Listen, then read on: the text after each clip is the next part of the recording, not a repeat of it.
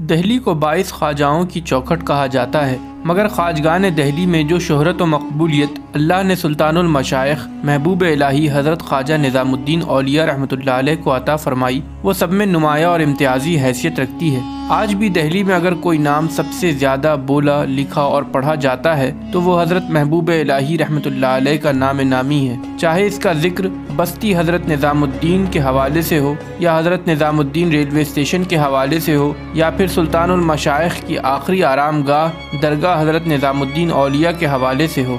हज़रत महबूब इलाही ख्वाजा निज़ामुद्दीन औलिया रहमतुल्लाह अलैह की विलादत बसाअदत 634 हिजरी हिंदुस्तान के शहर बदायूं में सफ़र के महीने में ख्वाजा अहमद के घर हुई। माँ बाप ने आपका नाम मोहम्मद रखा। आपकी उम्र 5 साल की थी कि आपके सर से आपके वालिद का साया उठ गया। आपकी वालिदा जो एक नेक और सालेह खातून थीं, अपने तंगदस्त हालात के बावजूद आपकी आला तालीम और तरबियत की जिम्मेदारी उठाई। यही वजह है कि हज़रत महबूब इलाही रहमतुल्लाह अलैह की सीरत और शख्सियत की तश्कील में अहम किरदार आपकी वालिदा मोहतरमा का ही है। इब्तदाई तालीम हासिल करने के बाद हज़रत महबूब इलाही 16 साल की उम्र में अपनी माँ और बहन के साथ दहली आए और यहाँ के उल्मा से दर्स निज़ामी की तालीम हासिल की। फिर आपने शेख तरीक़त बाबा फ़रीदुद्दीन गंज शकर लाहौरी रहमतुल्लाह अलैह के पास अजोधन जाकर तसव्वुफ़ और सलूक की आला मंजिलें तय की। अजोधन से जब लौटने लगे तो बाबा साहिब रहमतुल्लाह अलैह ने आपको 2 नसीहतें की जिन पर आप तमाम उम्र अमल पैरा रहे।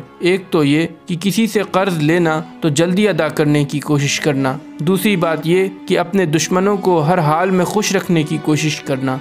अजोधन से वापसी के बाद ख्वाजा निज़ामुद्दीन औलिया रहमतुल्लाह अलैह का क़याम कुछ दिन दहली रहा। फिर निदाए गैबी सुनकर आप अपना क़याम बस्ती गयासपुर ले गए और इसी जगह को अपने क़याम से रौनक बख्शी। ये गयासपुर बस्ती अब बस्ती निज़ामुद्दीन के नाम से मशहूर है। यहाँ से सुल्तानुल मशाइख ने रूहानी फ़ुयूज़ व बरक़ात का वो सिलसिला शुरू किया जो आज तक मुख्तलिफ़ सूरतों में जारी है। दीगर सूफिया की तरह हज़रत शेख निज़ामुद्दीन औलिया रहमतुल्लाह अलैह के लिए तर्क दुनिया का उसूल उनकी रूहानी पहचान की बुनियाद था, लेकिन तर्क दुनिया की उनकी सोच आम इंसानी ज़िंदगी के गम व खुशी से लाताल्लुक़ी पर नहीं बल्कि ज़िंदगी को संवारने और सुधारने की जिद्दोजहद पर मबनी थी। एक दफ़ा का वाक़या है, आपने अपने एक मशहूर खलीफा मौलाना हिसामुद्दीन मुल्तानी रहमतुल्लाह अलैह को खिलाफत अता करते हुए 2 दफ़ा इरशाद फरमाया, दुनिया को तर्क कर देना, दुनिया को तर्क कर देना।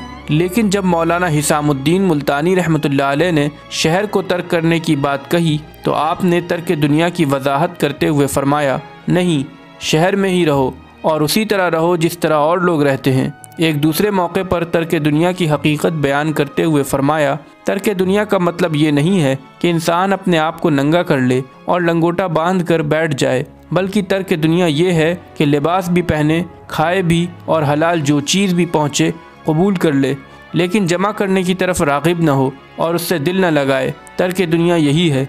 एक और जगह आपने फरमाया, जो ज़रूरी ख़र्चों से ज़्यादा हो वो सूरत और माने में दुनिया है। अतात खुदा इखलास के साथ सूरत और माने में दुनिया नहीं है, मगर दिखावे की इबादत जिससे फ़ायदे की उम्मीद हो। सूरत में दुनिया महसूस नहीं होती लेकिन असल में दुनिया है। आखिर में वो सारे काम जो कोई शख्स अपनी बीवी और घर वालों को रोज़ी फ़राहम करने के लिए करता है ताकि उनका हक़ अदा कर दे, ये सूरत में दुनिया मालूम होती है मगर हकीकत में दुनिया नहीं है। एक दफ़ा का वाक़या है, आपके एक मुरीद जो आपसे बहुत अक़ीदत रखते थे मगर शराब पीने की आदत से मजबूर थे, एक दिन शराब में धुत हौज़ शमसी पर आए और उधर ही आप भी वज़ू करने बैठे थे। जब उस मुरीद ने आपको देखा तो चीख पड़ा और आपकी बारगाह में शायराना अंदाज में अर्ज़ किया, कितनी मुद्दत से मैं आपकी सोबत में हूँ मगर कोई असर न पा सका। आपके इस ताबेदारी और तक़वा ने तो मेरे दिल को साफ़ नहीं किया। मुझे तो मेरे ये गुनाह आपके तक़वा से ज़्यादा ज़ोरदार लग रहे हैं। हज़रत ख्वाजा महबूब इलाही रहमतुल्लाह अलैह ने यह सुनकर उस मुरीद की तरफ एक निगाह की और फरमाया, इंशाअल्लाह सोबत रंग लाएगी। ये सुनना था कि उस शख्स की हाल तब्दील हो गया और उस दिन के बाद से उस शख्स ने शराब को कभी हाथ नहीं लगाया। आगे चलकर इस शख्स को दुनिया ने अमीर अला संजरी के नाम से जाना, जिन्होंने हज़रत ख्वाजा महबूब इलाही रहमतुल्लाह अलैह के मलफूज़ात को फ़वाइदुल फ़वाद के नाम से जमा किया। हज़रत अमीर अला संजरी के बारे में हज़रत ख्वाजा महबूब इलाही रहमतुल्लाह अलैह फरमाया करते थे, जब क़यामत के रोज़ अल्लाह मुझसे पूछेगा क्या लाए हो मेरे लिए, तो मैं हज़रत अमीर अला संजरी रहमतुल्लाह अलैह को पेश करूँगा।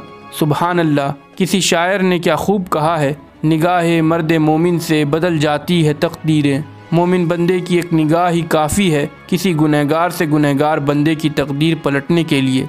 अल्लाह हम तमाम लोगों को अपने नेक और साले बंदों की सोबत अता फ़रमाए। तो दोस्तों, अगर आपको भी हज़रत महबूब इलाही रहमतुल्लाह अलैह की दरगाह पे हाज़री का शरफ़ हासिल हुआ है तो कमेंट में ज़रूर बताएं। अगर वीडियो पसंद आया हो तो वीडियो को लाइक और शेयर करना न भूलें। मिलते हैं अगले वीडियो में, तब तक के लिए खुदा हाफिज़।